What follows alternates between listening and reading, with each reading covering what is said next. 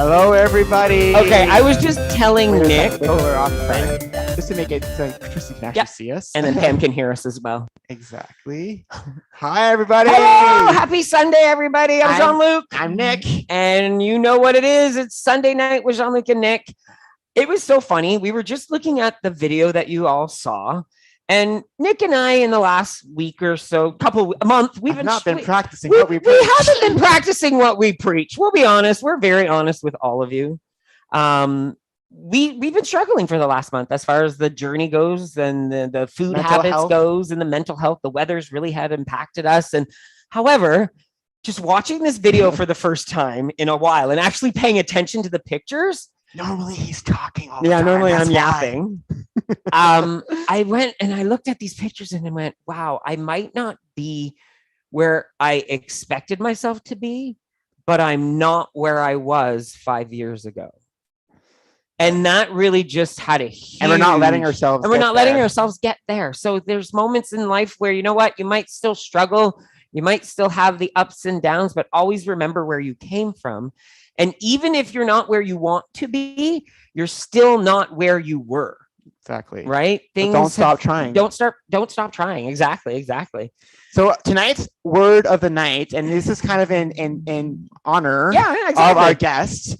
Every time you hear the word deaf, we're going to be taking a drink of water. We play a water game on our show. Water game. I forgot to mention that to Tristan and Sam, but you don't need to drink, but we will be.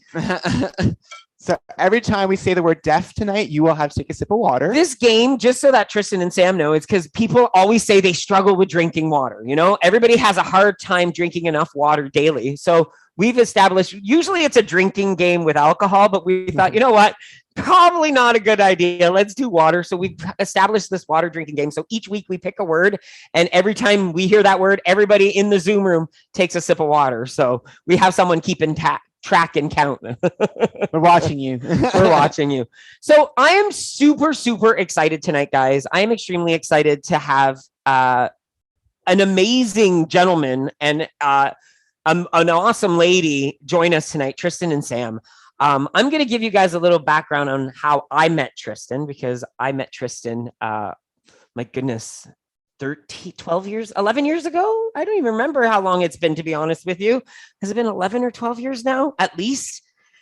Yeah, because something around there, 11, 12. Mm-hmm. Yeah, because I've been with Nick, and I've been with Nick for 13, and I've known you almost as long as I've known Nick, maybe 10 years, let's say. So anyways, I'm also a sign language interpreter, and I worked with Tristan when he was in school. So that's where I originally met Tristan. And he's always been just such a cool guy. Like, he was so cool. He was so friendly. And we developed a friendship. And so lo and behold, years later, when Nick and I decide to sell our house, we find out that Tristan is a real estate agent. And I asked Nick, what do you feel about having a deaf real estate agent? And Nick's like, I don't care. He's really, tomato. He's like, what do you mean? He goes, you know sign language, so I have a built-in interpreter. So we're good. We're set. Like, it's funny. He said, as long as you tell me what he's actually saying, we're good. I'll explain why. I have been in many situations where Jean-Luc is with his interpreter friends and other deaf attendants, and I don't know how to sign. I'm sitting there going, I don't know what's happening. And they don't interpret for me because they all understand each other. So I sometimes see it from the opposite angle, what Tristan would see on the opposite end when he's in his room full of people that are hearing. Yeah, definitely. So we thought we would bring in Tristan and Sam to give you guys a different perspective. Well, Tristan, first of all, as well, to bring you guys a perspective on any type of journey when you go through your life and you're differently abled, and making sure that making people realize that anybody can do anything they put their mind to. There's no limitations to anybody out there. So I'm going to give Tristan the floor and let him introduce himself. So Tristan, can you introduce yourself to everybody? And everybody, again, you will be hearing Pam. Pam will be voicing for Tristan. So just want to make sure that you all realize that you will be hearing Pam's voice, but she will be voicing for Tristan. Yes, great. Hi, everyone. My name is Tristan. My sign name is this. And the sign name was chosen because as a child, I was always a very smiley, happy person. And so a teacher gave me that sign name. When I was born, I was actually born deaf. And then I went to school at a deaf school in Milton, Ontario, at EC Drury School for the Deaf in Milton. And I've grown up as a deaf person my whole life using sign language to communicate. I have not learned any oralization methods, and I don't rely on hearing aids or cochlear implants. And so I really was just, into the deaf schools as an elementary student. And then I went to Loyalist College and Sheridan College as my post-secondary education. And kind of that led me to where I am here today.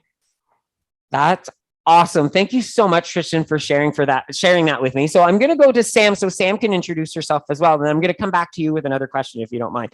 So Sam, introduce yourself to us. How are Hi, I'm Samantha Reed. I have been working with Tristan Kong, I think for over 5 years now. He's better with dates than I am. And we've been friends for about 7 years, I believe. So we've known each other quite a long time. And he started off as a friend and then became so much more to me and my family. He actually gave my son his sign name, and his name is Reed.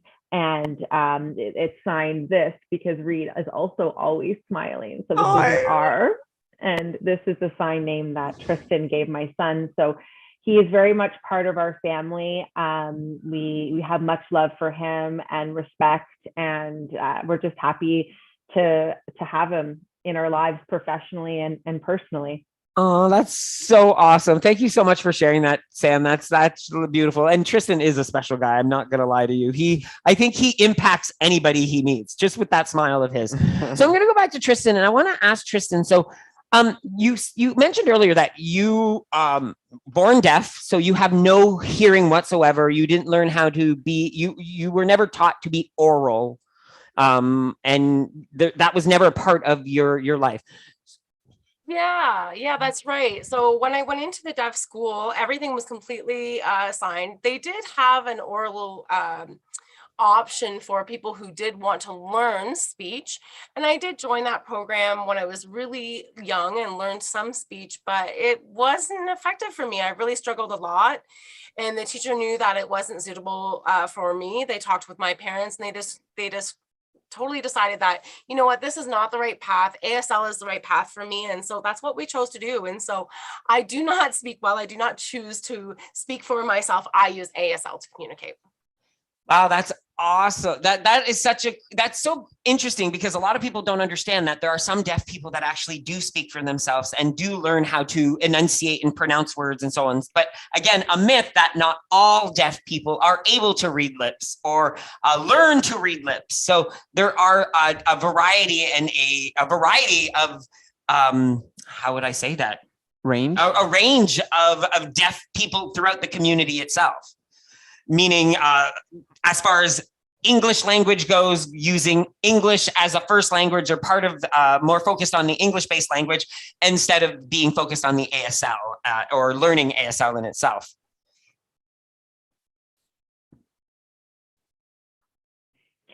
Nick, I like how you said myth in regards, Jean-Luc, you said myth in regards to many people do think that's always the first question I get. Oh, does he read lips? And it's so hard for me not to roll my eyes when they ask that, because and you know, it's funny that people don't. And it's funny that you say that, because again, somebody in the chat, and I'm not going to center anybody out, but somebody in the chat, Tristan, asked if you were able to see. And a lot of times, many people think if you're deaf, you're also blind. And that is, again, another myth. You could be deaf and have full sight. You can be blind and be able to speak, or you can also be deaf and blind as well. So there's not just one. It's not like if you're deaf, you are automatically blind, or vice versa. So it's kind of funny that, again, it's a myth that people automatically assume, oh, well, if someone lost their hearing, they won't be able to see as well. So it's funny that there are a lot of myths out there that people aren't aware of. And this show you're doing right now is a myth buster and can help educate people. And I think that's exactly what we need. So that's very true.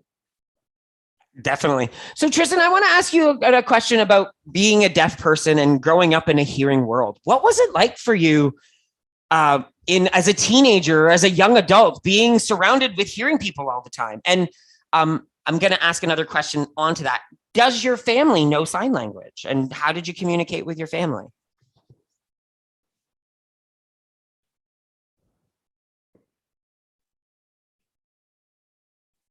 Yeah, definitely growing up in a hearing world. I had a family who was hearing, and some of my family members sign really well, some not so much. It's really varied within my family, but my family did show their love to me in different ways. They would take care of me. They would give me food. They would do other things to show their love.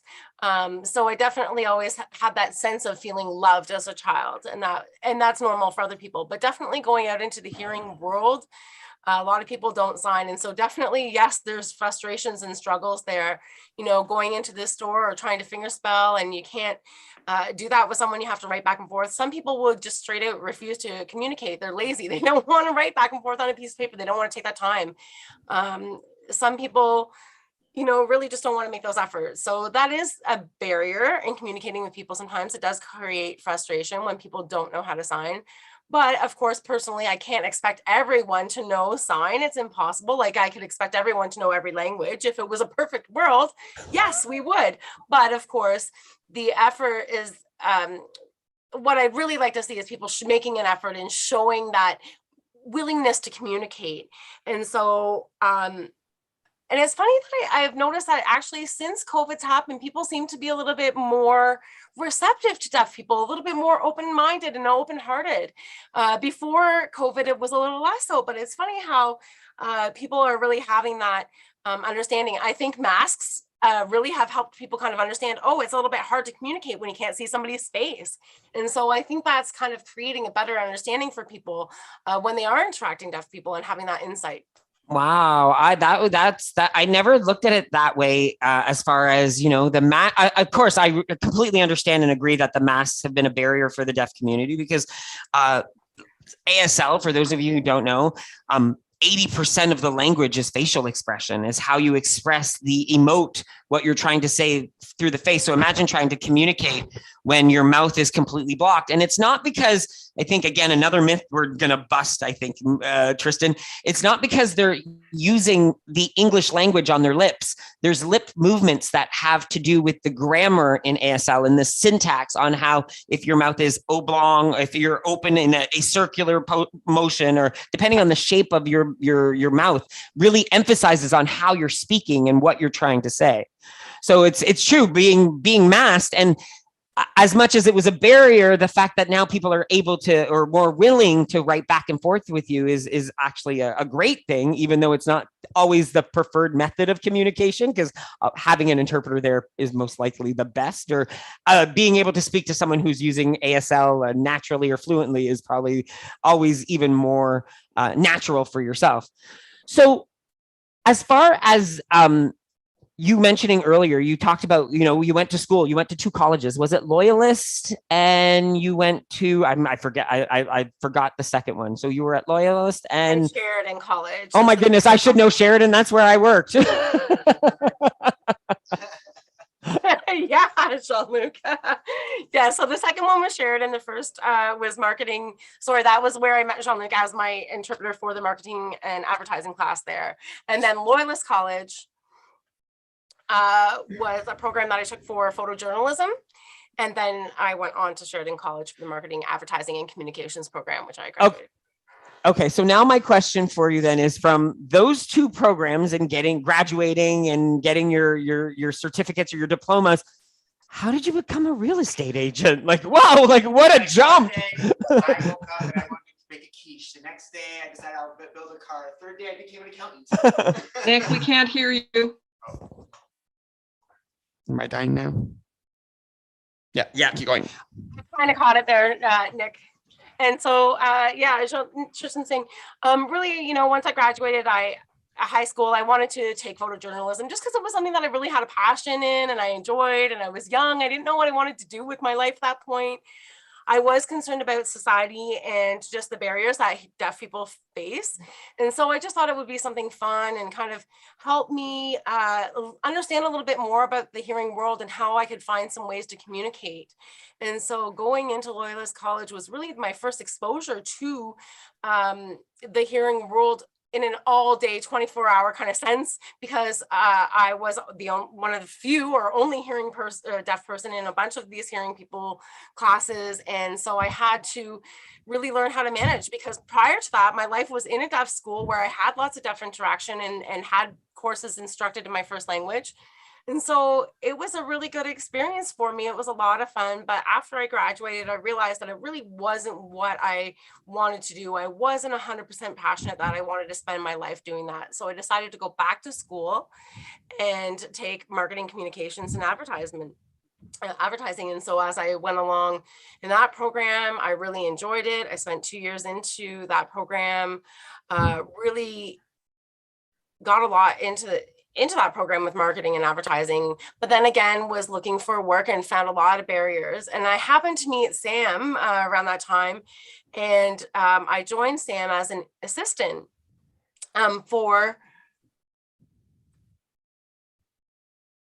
her social media on her website for her business. And so we started working together for Sam's social media projects that she had, and I really enjoyed it. And that really just kind of led me to start studying for my real estate license. And that's kind of how I came to be today. But that journey was not, straight and direct to become a real estate agent. I took a lot of journeys along the way, but college really did help me a lot in navigating with hearing people, finding strategies to navigate in the hearing world. And it's brought me where I am today, which I'm very grateful for. I love, Tristan, that you mentioned the word journey, because that word is so big to these people in this room. Because yet they might not be on a journey like your journey and figuring out what you wanted to do with your life and being a deaf person, but these people are on, a lot of them here are on a weight loss journey or trying to make healthy choices. And it's funny how we can still parallel some of these aspects where, you went through the ups and downs of figuring out what you wanted to do, and it's still understanding, knowing that there's no straight road anywhere. You actually have to take the curves, and you have to experience different things in different parts of your life in order to figure out where you fit and where you belong, and what you want to do and what you want to keep doing because you enjoy it. So I love that you brought that word up. And you explained it that way. That's fantastic. So we have a question from Kim. Excellent. So I think didn't even see Kim had her hand up. So go ahead, Kim. Yeah, we have a question in chat from Patricia, and she's just wondering, they say that when you're missing a sense, your other senses become stronger. Do you have a particular stronger sense? Thanks, Kim. Thanks, Patricia.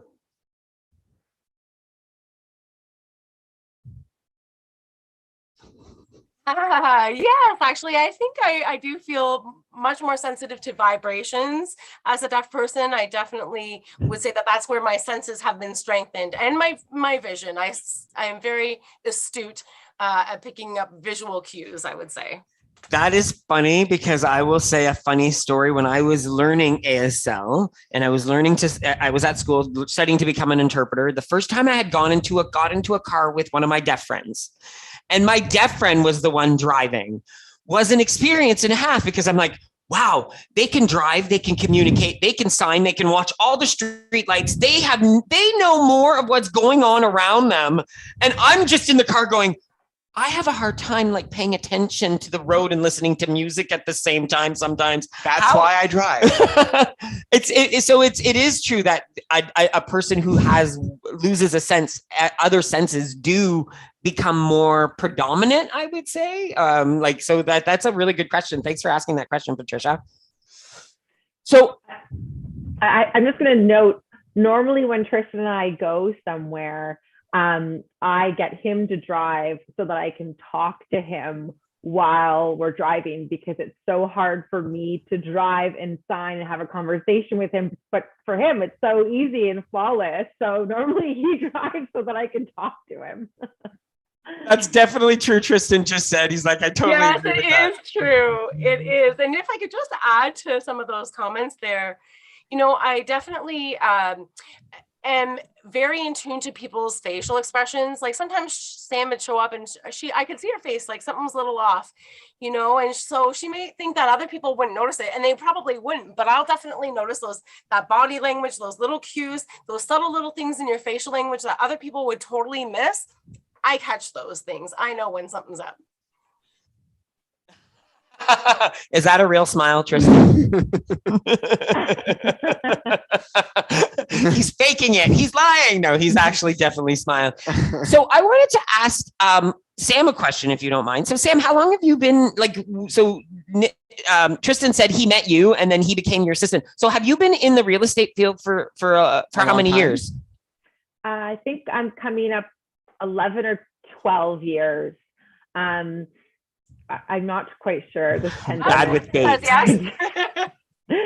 Yeah. So well over a decade. I started in this career path at a younger age. I started when I was 25, and I'm really thankful for that because it's been more or less my first real career, and the same for Tristan. And I think when you're really passionate about what you do, and you find something you are good at and enjoy doing, you stick with it. So we were lucky enough to find this career path for ourselves at a younger age. So a lot of the agents or people we work with may look at us and think, oh, they're a little young, but in relation to that, we've been doing it a lot longer than majority of agents have. So we're kind of blessed to have that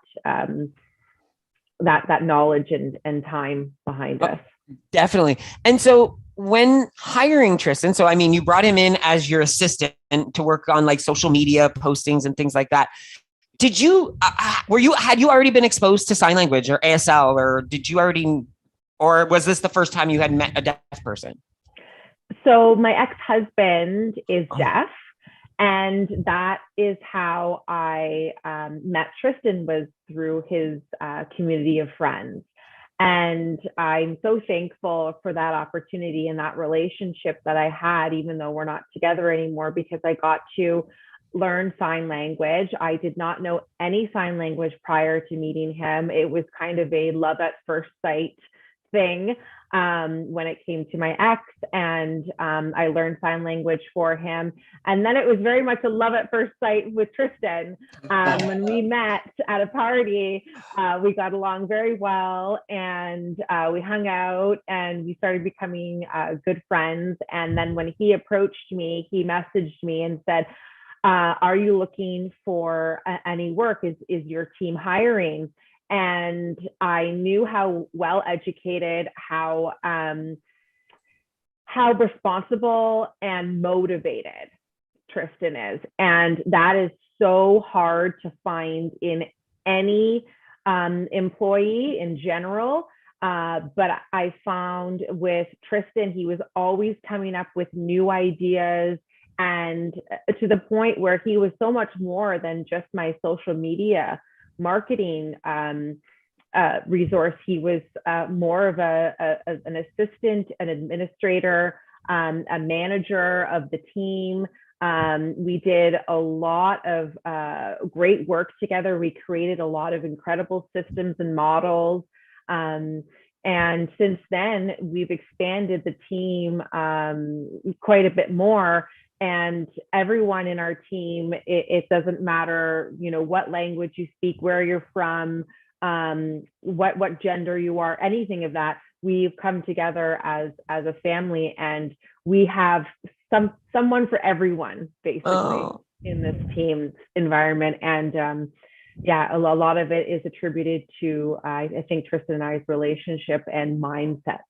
Oh, I love that. That is absolutely beautiful. And thank you for sharing that, Sam. I think, you know what, if we could only establish that everywhere in the world. That would be fantastic, where we can, instead of looking at our differences as being a challenge, but looking at our differences as being what makes us special, Definitely. what makes us unique, Absolutely. and that we can work together no matter what. No, there's no barrier too big or too small that we can't overcome. Absolutely. And Tristan is a huge advocate for that. Seeing what he overcame to become a real estate agent, going to a real estate school where they were not very supportive of him being deaf, doing these exams, doing these courses. There was a few times, if I may share this, Tristan, that he wanted to give up. And I said, no, don't you dare. You've come this far. You've done this much. Don't you dare give up. So, and I think we can all relate to that. I have goosebumps. We all relate to a point where we just want to give up. And in the end, you don't regret not trying again. I love that. Okay, you're making me cry now. Oh my God. And I'm so glad you didn't give up, Tristan, because we would not be in our condo and I would be very angry. And he would be in right here. Yeah, your beautiful cat. So, you know what? This is such an amazing story. And I love, so you've been with the team now, if I'm not mistaken, Tristan, you said 5 years altogether and 3 as a real estate agent. Like you've been a professional agent for 3 years. So I'm curious to know about your clientele, like being a deaf person. Do you predominantly work with deaf people or do you work with hearing people?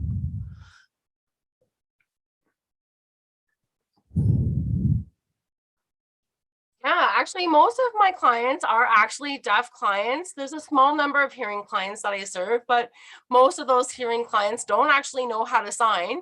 And how we will communicate is via text, emails, gesturing, written word. A lot of people who do hire me as an agent, they know that I'm deaf. We tell them ahead of time, and they are really just open and keen and willing to work with me. And so we have really good relationships due to that.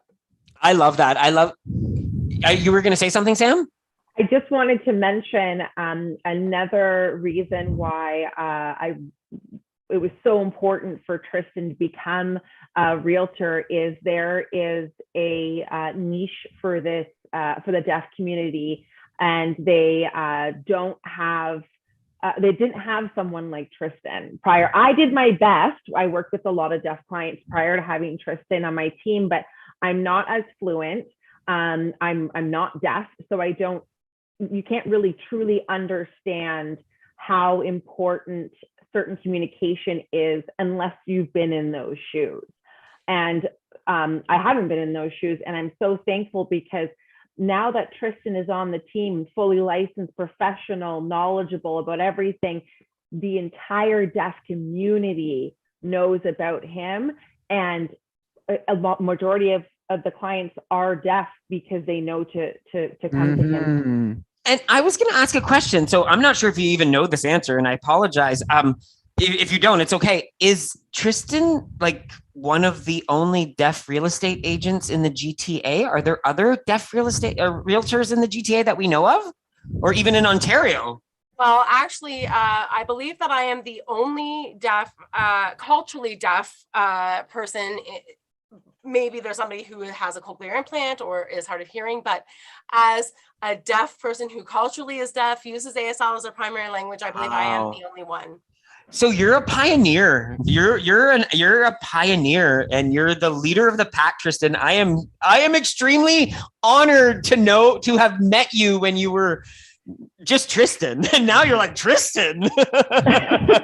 Like, wow, like that's phenomenal. That makes me happy to know that you didn't give up and that you kept going, because we need more people like you out there. Well, I'll juxtaposition it to everyone here. We're all on a journey, a wellness journey, and a lot of us want to give up. Sometimes things get tough, and we want to say, I just want to throw in a towel. Tristan didn't, and look what happened to him. How he flourished. We didn't. Look what's happened to our future. So you know what? When that moment comes and you're thinking, oh my God, I want to stop, think of these other people who had unsurmountable things to get through, and they still didn't give up. So just don't give up on yourself. You're worth trying and trying again and trying again and again and again and again. And that's what kind of the message I get from his story, that you're worth trying. Definitely. I honestly think that it's never, giving up should never be an option. I honestly think we should never give up, especially on ourselves. Giving up on ourselves doesn't get us anywhere. And I mean, facing the challenges and moving forward is the best thing to do.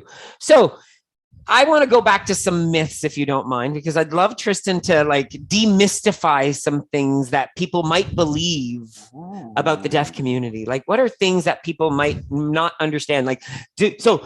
I think I said it earlier. Deaf people can drive. Are they allowed to? It's okay? Because I know a lot of times people don't think that people can drive. So are there other myths that hearing people assume about deaf people that people might be surprised to hear about?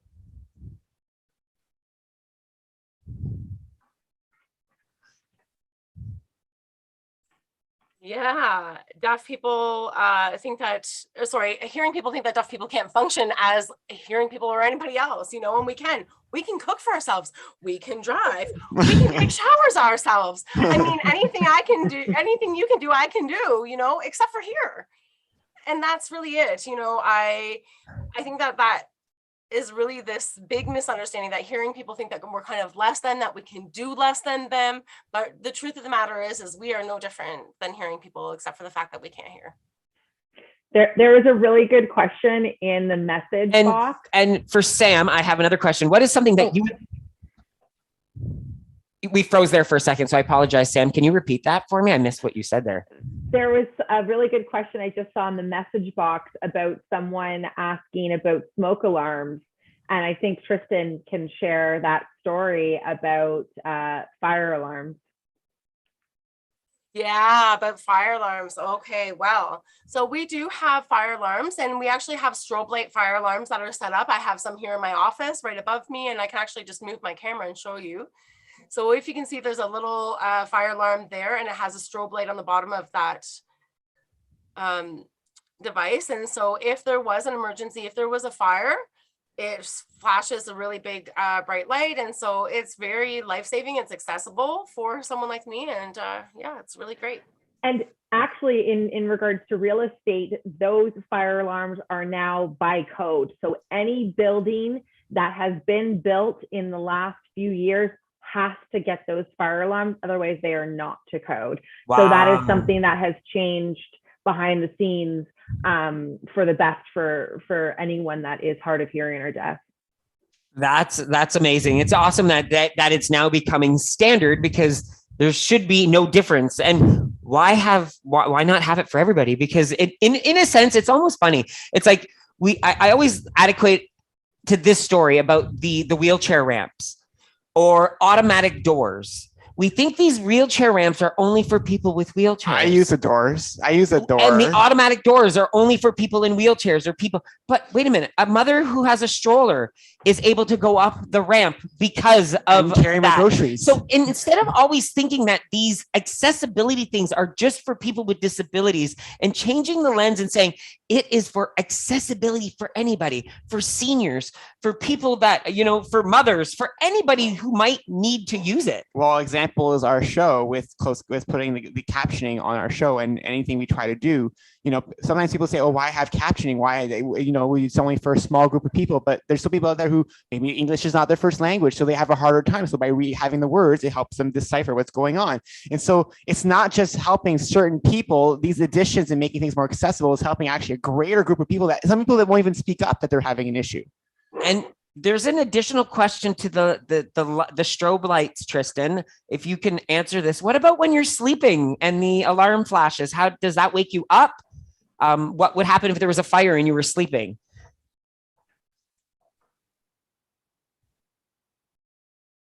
Oh yes, it would wake me up. And also I do have a bed shaker as well that will shake my bed and vibrate to help me wake up in those situations.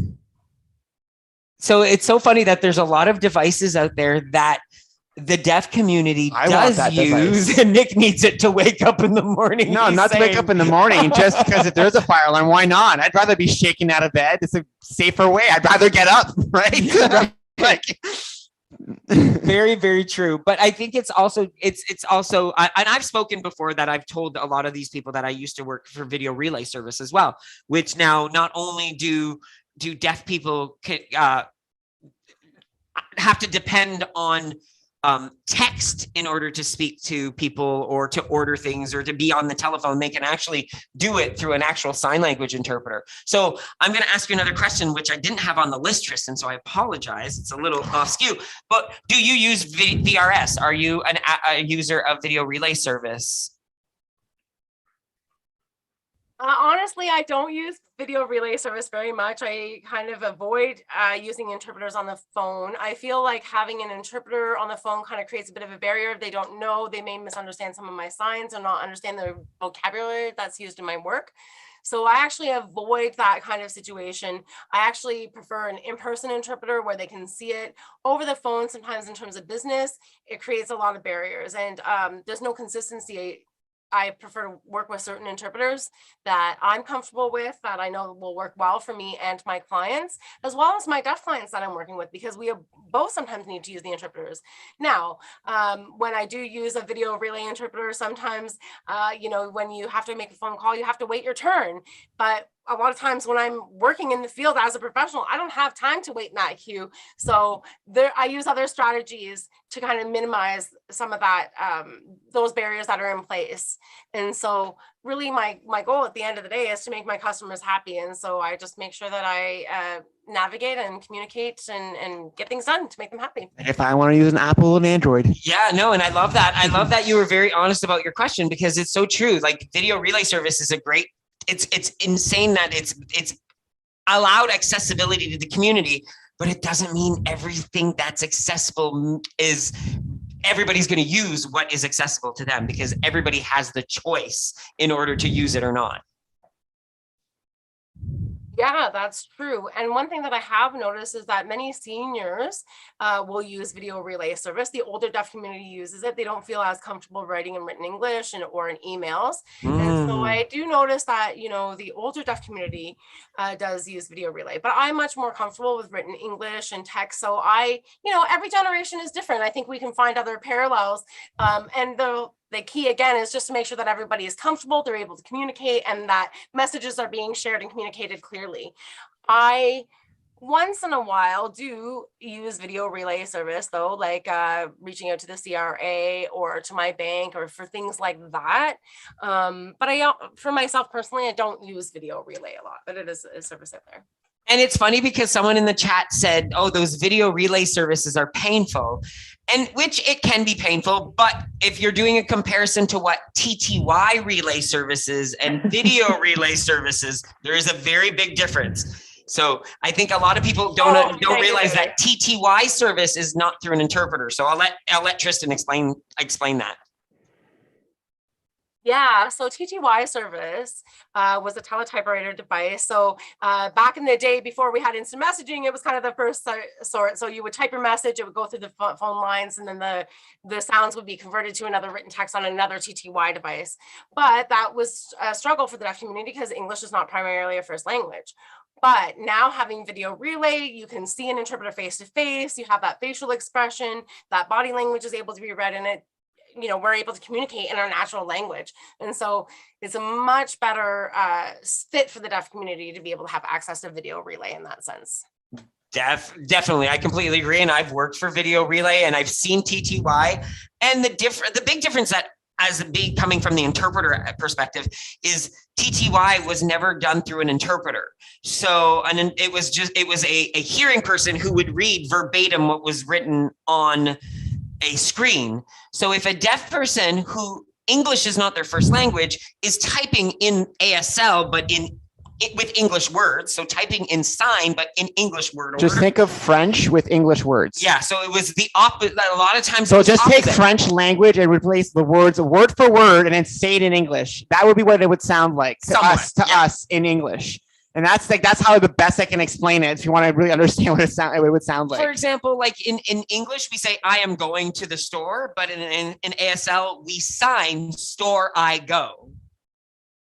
Right? So if a hearing person on the line is reading store I go, and then another hearing person is listening to that, the conversation doesn't run smoothly. There's no affect. There's no intonation. There's no expression. So you're like, okay, well, what do you mean by that?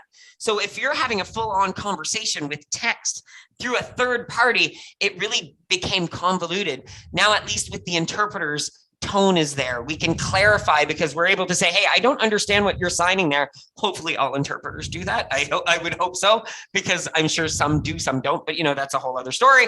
But the thing is that at least there's that means of the deaf person can actually say, oh no, I don't think you're understanding me there either. Like I don't, there's cues of being able to communicate, because now there's actual communication happening with an actual person instead of a typed message. So thank you so much, Tristan, for explaining that. I really appreciate that. That was great.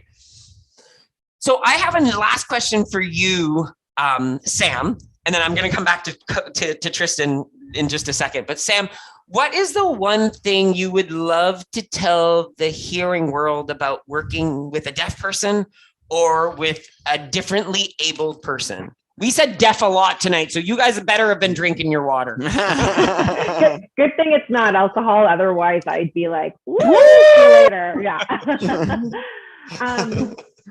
Now, there's so many things that I wish to express to the general public in regards to becoming more inclusive of the deaf community. So it's really hard for me to say it's not just one thing. Something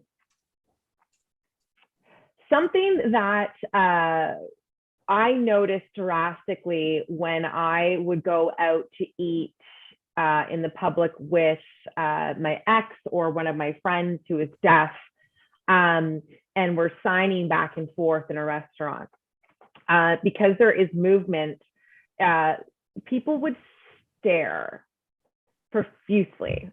Tristan, I think you are probably quite used to it, but being a speaking person, I was a little offended, because if you see someone of a different culture, you don't just sit there and stare. Or if you're hearing someone having a conversation, you're not just going to walk into the conversation and impose yourself on that conversation when you're a complete stranger.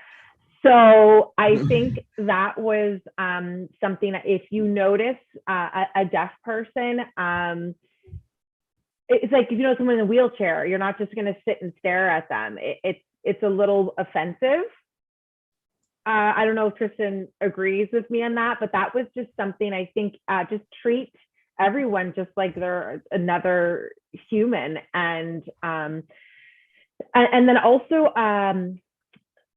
sarcasm. I know we can all get a little sarcastic when we use the English language. And it's sarcasm when you state a statement and you're sarcastic with your tone. You can't really do that sarcasm to someone who is deaf, because they are going to take that literally. So again, that is something that is a little bit offensive in my opinion. And it's something that because I'm so emotionally invested in the deaf community, it's hard for me not to get upset about certain things, to a point where I had to put a little bit of I had to be like, calm down, Sam. Like, I can't go and change the entire world right now. I had to kind of sit back, because there were certain things that really bothered me and made me so emotionally upset.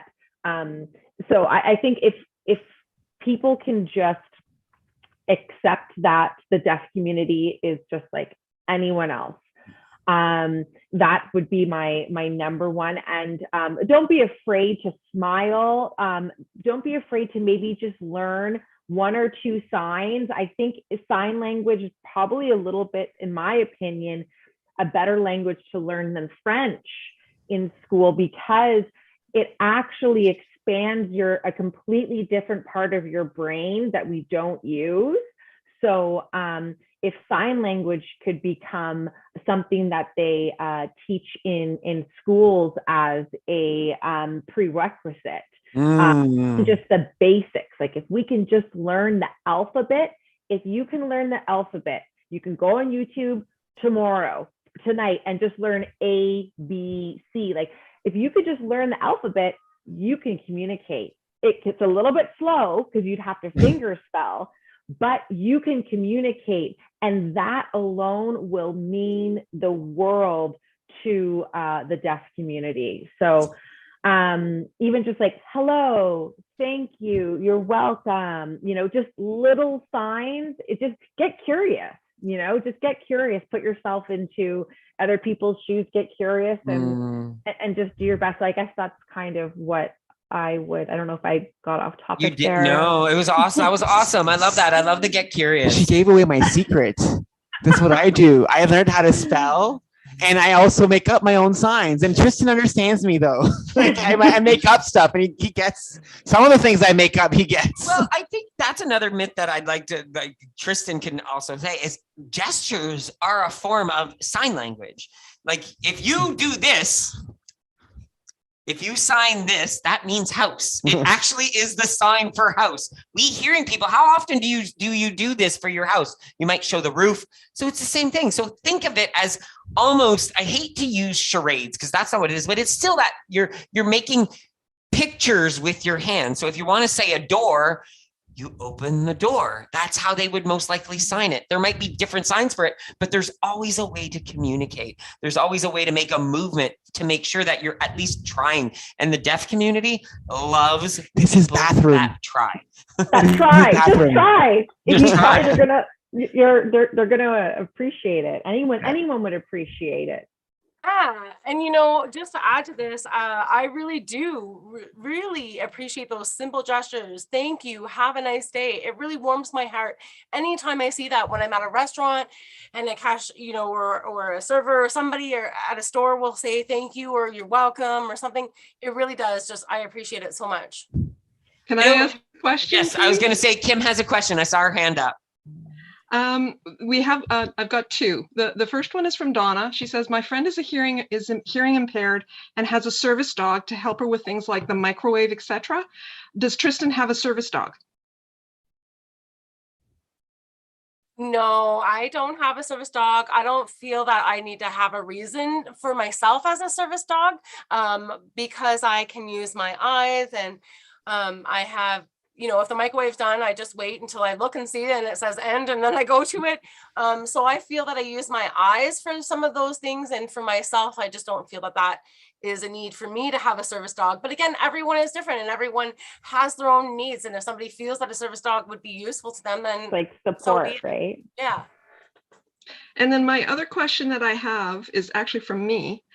Is ASL a universal language? Like if someone were like German or Russian, are you able to communicate with them as well?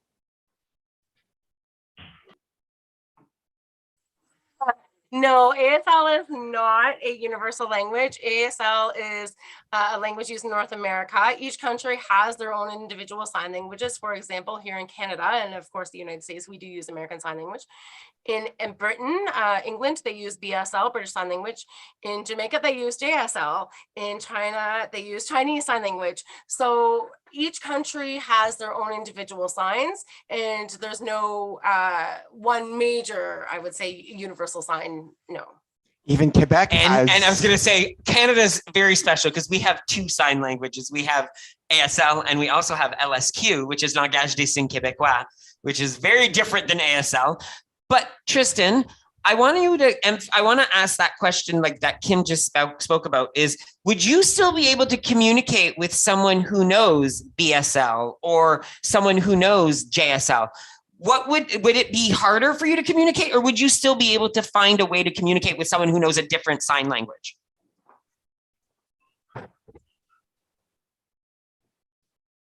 Yeah, I have found that with other deaf people, when we get together, right away, you kind of know, you change your sign language to kind of lead to that understanding. Deaf people kind of have this innate thing that they kind of what we refer to in our field as code switching, but we have this way of adapting to communicate with others. Yeah, I think it has to do with the culture as well, right? Because language is really affected by culture. And I think a lot of people don't realize, and I'm going to add this, that deaf community has a culture. And if you notice, and I hope I'm not over speaking, but I think a lot of people don't realize too, is we've been using the word deaf, right? Because Tristan identifies as a deaf person. There's a lot of water drinking going on here, right? And so other people in the community might identify as either hard of hearing, they might identify differently. So I think what happens is there's a lot of times where people don't understand that the culture is sometimes what is very part of the language as well, right? So knowing that there's different ways that people identify, and the language itself is impacted by the culture in the location as to where each person lives. Because even in Canada, ASL here in Ontario might be a little bit different than BC, how people sign. I equate that to sometimes the accent from Newfoundland in Ontario, right? You know, like it's kind of the same idea. And in Nova Scotia, they have a whole other different sign language over there that I'm like, oh my goodness, I don't get it. Right? I don't know if you see the difference, Tristan, in the variety of signs across Canada. Yes, I do. I know that in on the west side of the country, when they sign the word wheat, and I can't remember exactly what it is, but that's their sign, something like this, because they have wheat in Saskatchewan. But here we don't really, have that. And we're not famous for our wheat here. So we typically would fingerspell the word wheat. But in Saskatchewan, they actually have a sign for that. They have their own dialect for it, or signs for it. So individual provinces do have their own individual signs, and it is a really neat part about I love that. I guess if you have a lot of wheat, you got to have a sign for it. You'd be talking about it a lot, right? That's probably why. Yeah, finger spelling wheat all the time would get annoying, I guess, if you're like if you work on a wheat farm. If you're a wheat farm and you're a wheat seller, spelling it all the time would just get annoying for those poor farmers, I guess. So, my very last question, first of all, there's two questions. So I would love for everybody to know how to find you guys, how to find you. If someone's interested in possibly buying a house, selling a house, how do they reach out to you, Tristan and Sam? Yeah, you could contact us via our website, which is readestate.com. That was Interpreter, or my Instagram at tzkong. And Read Estate Team on Instagram. So those three websites, you can reach out to us. And Sam, if you want to provide your phone number as well, feel free to share that. Yeah, absolutely. So we're all over social media, and it's Read as in read a book.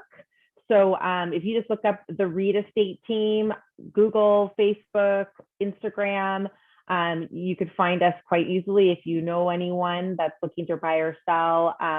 We do service all throughout the GTA. And if we don't service the area, we find someone that does.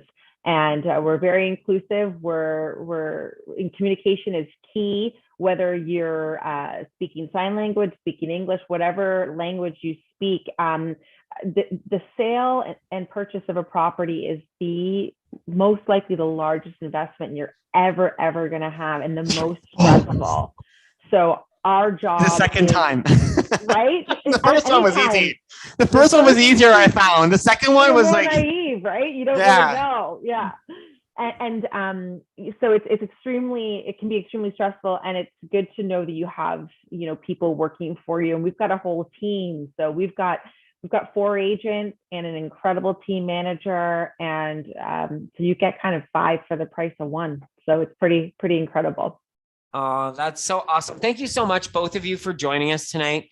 It was awesome chatting with you. I'm sure we could have chatted for another hour. I'm sure there's a lot of questions. Look at the screen, Tristan. Everybody show them what I taught you. Look at this. Yay! And thank you, everyone. Thank you so much. I hope you guys have a great night. And Tristan and Sam, you guys hold a very special place in our heart because every time we come home, we can't not think about the two of you. Because you found us our home. You So found us our home. And who knows, we even said this might not be our forever home. So we'll be reaching out. we already have an idea of what we're looking for next. We're looking for next. Tristan's face.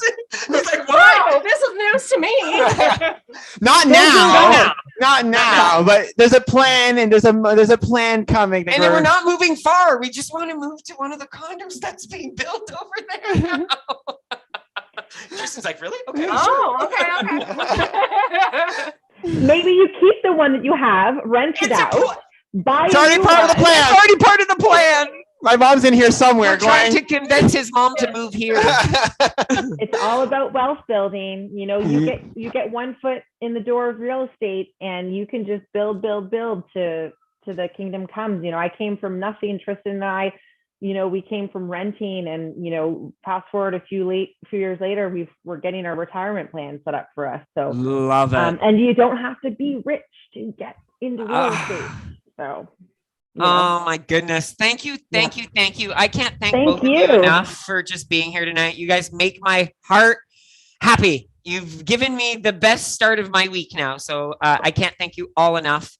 And we will be definitely in touch for some more chats. Maybe have you guys come back at another time to do more depth. We appreciate demystifying. you guys. You guys are incredible. You guys motivate so many people, and we really, really appreciate what you guys do. And we're so blessed to be a part of your Sunday night chat. So thank you for that. Oh, you're so welcome. Oh, thank you. Yes, thank you so much for having me here as well. Thank you. Always. Thank you both.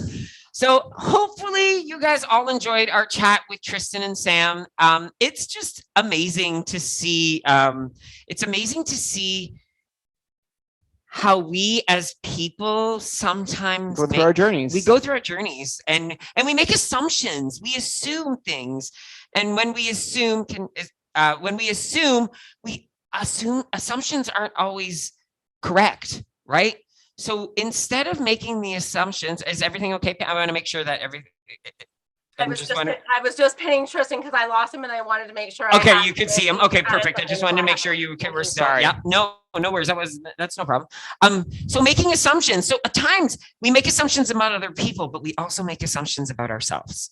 And so assumptions in general should never be part of our life. Don't make assumptions, because sometimes because we never tend to assume the good. We always assume the negative. We always assume what's wrong with somebody instead of what's right with somebody, or what's wrong with ourselves. And I want to end off by one of the reasons why this show happened is because when I met Jean-Luc, I had zero visibility into the deaf world. To me, I think like most of us, it was never something that crossed my mind. I never looked at a TV show and saw the deaf person, the interpreter on the corner signing. I never noticed, if I went somewhere and I saw an interpreter on the stage doing sign for the deaf attendants. I never noticed that until he told me. And then when he did show me these things, I was like, wow, that box is not big enough for that interpreter. Wow, that person, you can't even see them on stage. And I started noticing these things. So what I'm hoping tonight is that if you see these things happen in the world, you're looking at something, you're like, wow, that person is not doing that correctly, or that person is not visible enough because no one can see them. Say something. That's what this is all about. It's about bringing awareness that, if all of us stand up for everybody being able to be, access all the information they need and everything they want to do, then all of us will benefit. We talked about this tonight, how all of us doing things together for each other ends up benefiting others, because you don't know who you're helping, those people who don't have voices out there that need that help but don't speak up, right? So do the things you can to make sure that people are heard and do the best you can. There's no, like Sam said it earlier, we want to face the world and be able to fix all the problems, but if you can just support as much as you can, every little thing that you do does count. That's the main point, is understanding that everybody is equal. We all have our strengths, our weaknesses, and we are all stronger together. So, oh my goodness, I'm a ball of, I just feel so full right now. And I'm so happy that, you guys were able to come spend the night with us tonight. Even if the Oscars were on, We're more interesting. Our outfits were better. You than see our that. Oscar? You see our Oscar outfits? We're doing the red carpet. What are you wearing? What are you wearing? I'm wearing Be Kind. Be With my Kind. little I love you. So announcements. So this week we have a new blogger starting this week. We do. Tia starting. So her new blog is Darkness to Light. Tia's mental health story. She'll be posting on Tuesdays, so you'll see that on jeanlucandnick.com. We also have an Instagram contest starting in April. I was like, what month are we? April. So many months. And guess who we are partnering with once again? True Local. So if you want information about our contest, just sign up to our newsletter, jeanlucandnick.com. It pops up when you log in to sign up to our newsletter. You will have the opportunity to win a True Local box of organic meat. Yeah. $135 prize pack. So you get to order this box. It gets delivered to your house. Box. You get to. I sound like a chicken. Yes, I do. Good job, Pam. I'm sorry. I'm watching Pam interpret.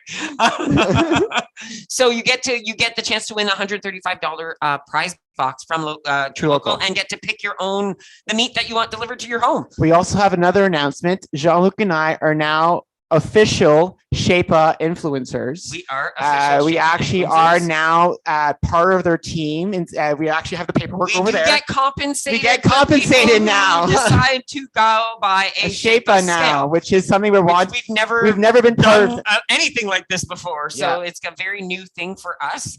And you know what? We've done this forever. Every time we've tried a product out, we've only talked about products that we absolutely love. So we would not be willing to talk about this product if we did not feel we love it, something about it. Yeah. Right. And we're using it. We're appreciating it. It's especially right now, because I know I put on a lot of weights. I can feel it in my pants. I was green, but the scale is saying light gray right now, and I know I'm slowly getting away from dark gray, which is great. So next week we have Ashley guesting. Ashley actually had gastric sleeve surgery last year, and she's lost over 100 pounds. And she's also a WW member, if I'm not mistaken. She is. So and she'll be just here. Got her 100-pound charm last week. Yeah. So she'll be here next Sunday to talk about her journey and what she's gone through. Then on April 10th, we have Susan Sappington, which is a former WW coach from the US who decided to leave her home, sell everything, and her and her husband are traveling the United States in an RV. They are never in the same city twice. They're supposed to be in Washington, D.C. when we chat with them on the 10th of April. So so that's coming up on the 10th. And on the 17th, we have Paul and Nisha. Yay! Completely excited about this. For those of you who know Nisha, we've had Nisha on the show before. She's spoken to us about her challenges of being a person with a learning disability. And also now she's bringing on her partner, her boyfriend, her significant other, who also is blind and who's now starting a new venture and a new chapter in his life, and he's becoming a life coach. And we really want to talk to him about his perspective on being a life coach, the challenges of being a blind person in today's world. So again, understanding other people's journeys really allow us to put things into retrospective, right? On April 24th, we got Tracy Franklin, who is a amazing woman. She's a nurse. She teaches Pound Fitness. She teaches Kegel Step. She's co-authored 2 books. She's a life coach. She's a life coach. Yeah. Like she's everything. She does everything. She also is a cancer survivor. Yes. And so we'll be talking to her about how that diagnosis led her to become all these other things in her life. And so she'll be on April 24th. And May 1st, we're on vacation. There's absolutely no show. We're taking a weekend off. We're taking a weekend off. Yes, we're taking a weekend off, and then we'll be back after that for more shows for May. And then exactly. So thanks again for being here tonight. Thank you, Tristan. And again, the next person I really would like to thank, and I think we all need to give a round of applause, is to our wonderful interpreter, Pamela. I love this girl. So she's like a sister. Definitely. She's like my second sister. So Pam and I went to school together, and we have a very deep relationship. I love to hate her and hate to love her. I'm just joking. I love you, girl. I absolutely love you. He's not joking. I do. He's my brother. We're Yeah, supposed to look at each other, right? Yeah, exactly. We have to. It's part of the. That's what families do, right? That's what families do. So again, thank you so much for being here tonight, everybody. We love you. Have a great week. Bye, everybody. Woo! Woo woo.